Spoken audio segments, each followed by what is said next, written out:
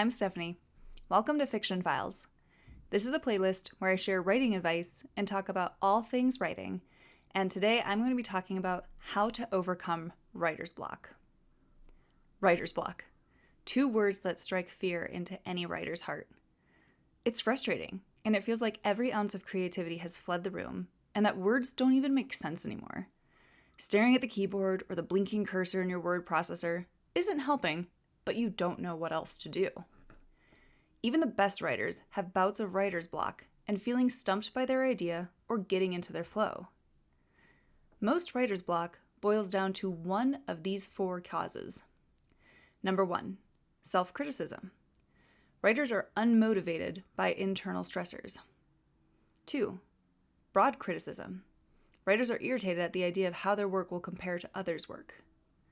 Number 3, lack of external motivation. Writers are disappointed or hostile because they couldn't find external motivation, like attention or admiration. And number 4, lack of internal motivation. Writers are simply disengaged and can't find the motivation to write. Essentially, writer's block is about timing, fear, and perfectionism. It's not the ideal time to write or your idea isn't fully formed yet. You're afraid of critiques of your work, or you need everything to be perfect and ready to go before you start writing. Writer's block can be a deadly cycle for a creative. You're already on a deadline, but the words just won't come. So you get more annoyed and start to resent your writing project and push it off or abandon it completely. Stop falling into this cycle and keep up with your project with these 5 tips. So 5 tips for overcoming writer's block. Number 1, take a walk. This is my favorite way to overcome writer's block, as it changes up my environment, I get some fresh air and sunshine, and get that much closer to my step goal for the day.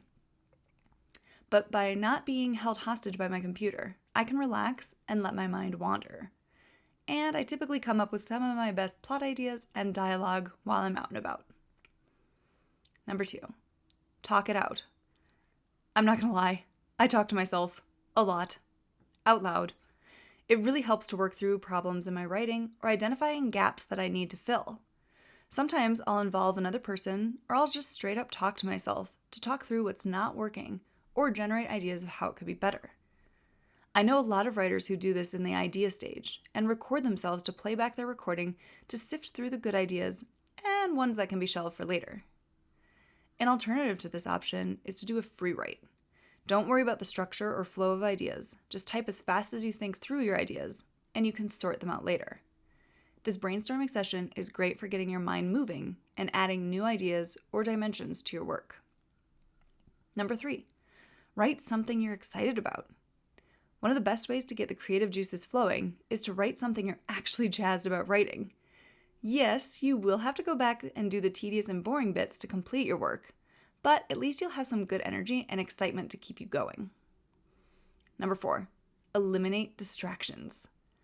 A lot of writing tools have a full screen mode, so you can only focus on what you're working on, and it is a lifesaver. I no longer think about what's happening on Facebook or Twitter or checking one of the blogs I follow.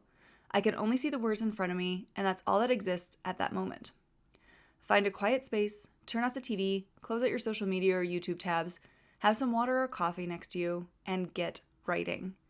Ignore that feeling of FOMO. You are not missing out on anything that's more important than your writing. Number 5, listen to music. I once accidentally wrote lyrics by the Spice Girls into a speech for the mayor of the city I worked for.